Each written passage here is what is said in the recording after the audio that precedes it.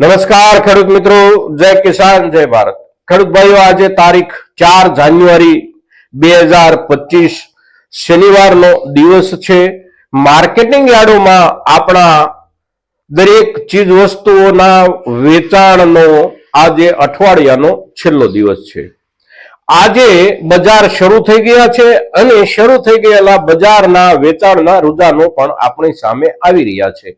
હવે અત્યારના દિવસોમાં સૌથી મોટા આપણા જે કોઈ વેપારના પાકો છે આપણા ખેડૂતોના, એ ડુંગળી, કપાસ અને મગફળી, આ ત્રણ ચીજો છે। અને એના ઉપર આપણે ખૂબ વધારે ચર્ચા એટલા માટે કરવી પડે છે કે અત્યારના સમયમાં આપણી પાસે આ ત્રણ ચીજો મોટા વેચાણ માટેની ચીજો છે અને એના ઉપર આપણી સૌથી વધારે ચિંતા હોય છે। અને એના ભાવમાં થોડો ઘણો ફેરફાર આવે, સુધારો આવે, શક્યતાઓ દેખાતી હોય તો એની આપણા ઉપર મોટી અસર પડવાની શક્યતાઓ હોય છે। આજે ફરી એક વખત આપણે ડુંગળી પર ચર્ચા કરવી છે મિત્રો, અને ડુંગળી પર આપણે જે ચર્ચા કરવી છે એ ચર્ચા આજે અઠવાડિયું જ્યારે પૂરું થઈ રહ્યું છે ત્યારે આગામી અઠવાડિયામાં આપણા ડુંગળીના માલના ભાવની સ્થિતિ કેવી રહી શકે એના ઉપર આપણે ચર્ચા કરવી છે। સામાન્ય રીતે આપણે જોઈએ તો બાકીના કેટલાક માલ એવા હોય છે, જેમ કે આપણા અનાજ હોય, કઠોળ હોય, આવા બધા જે પાકો છે એ પાકોને આપણે લાંબા સમય સુધી સંગ્રહ કરી શકતા હોઈએ છીએ। મહિનો, 2 મહિના કે 4 મહિના સુધી એનો સંગ્રહ કરવો આ સામાન્ય રીતે થઈ શકતો આપણા તરફથી પ્રયાસ હોય છે। એની સામે ડુંગળી જેવા પાકમાં, લસણ જેવા પાકમાં, અને એ પણ અત્યારના સમયમાં જે ડુંગળી આપણે કાઢીએ છીએ અને વેચીએ છીએ એનો સંગ્રહ આપણે ન તો ઝાઝા દિવસ કરી શકીએ છીએ, ન તો ખરીદનારા લોકો એનો સંગ્રહ ઝાઝા દિવસ કરી શકે છે।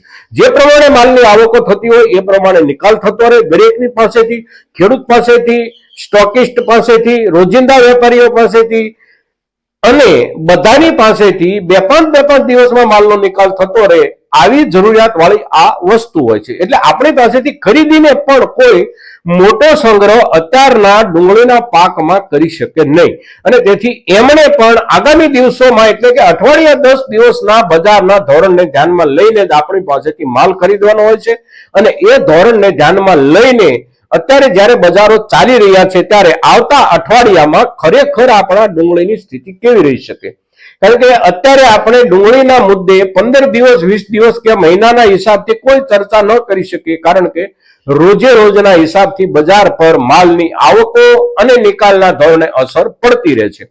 આ અઠવાડિયા દરમિયાન આપણે જોયું કે ખૂબ નીચા ભાવ ગયા અઠવાડિયાની સરખામણીમાં જતા રહ્યા, વળી પાછા 2 દિવસ કે 1 દિવસ સ્થિર રહ્યા, એમ કરતા કરતા આ અઠવાડિયું આપણું પૂરું થઈ ગયું। એવરેજ ગયા અઠવાડિયા કરતા ભાવમાં આપણે નીચા આ અઠવાડિયામાં રહ્યા, અને તેમ છતાં પણ આપણો માલ બજારની અંદર મુખ્ય માર્કેટિંગ યાર્ડોમાં આજના અઠવાડિયાના છેલ્લા દિવસે આગામી અઠવાડિયામાં પણ 3 થી 4 દિવસ સુધી વેચાણમાં રહે, નવો માલ ન આવે તો પણ વેચાણની કામગીરી થઈ શકે એટલો આપણા તરફથી બજાર સુધી માલ આ અઠવાડિયા દરમિયાન પહોંચી ગયો છે।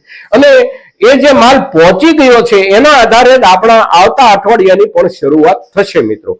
આજના દિવસે બજાર જ્યાં રોકાશે ત્યાંથી જ સોમવારથી બજાર શરૂ થશે, અને માર્કેટિંગ યાર્ડોમાં આપણો 3 થી 4 દિવસ આવતા અઠવાડિયા માટે ચાલે એટલો જે માલ પડ્યો છે એના આધારે બજારો ચાલશે।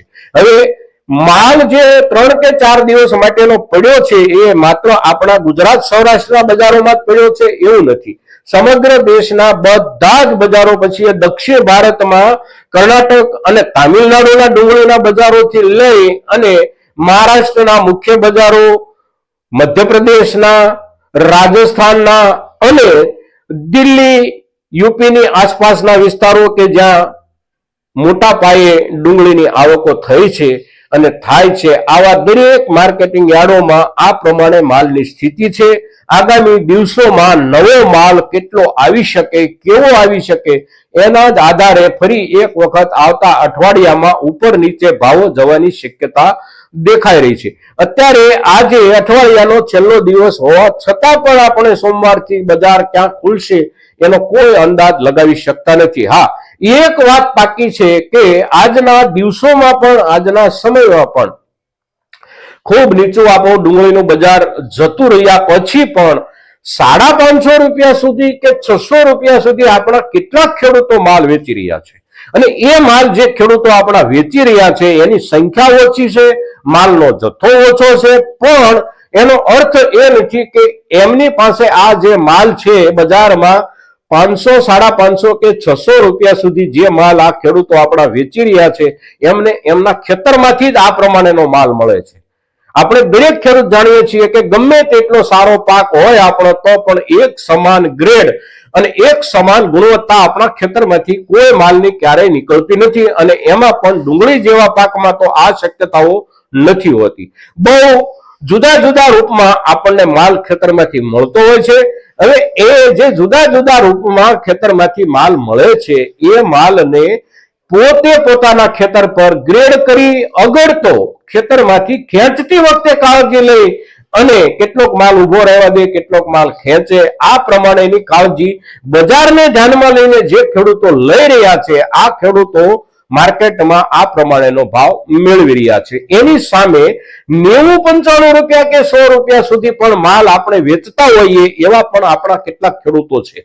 હવે 90-95 કે 100 રૂપિયામાં જે માલ આપણો વેચાઈ રહ્યો છે એ માલમાં આપણને શું મળતું હોય અને શું ન મળતું હોય, કેટલો આપણને એની અંદરથી માર પડતો હોય એ આપણે સૌ જાણીએ છીએ મિત્રો. તો આજના સમયે અત્યારે બજારની જે સ્થિતિ છે એને ધ્યાનમાં લઈને ઘરેથી કે ખેતરેથી માલમાં થોડો સુધારો કરી અને આપણે બજાર સુધી આવીએ.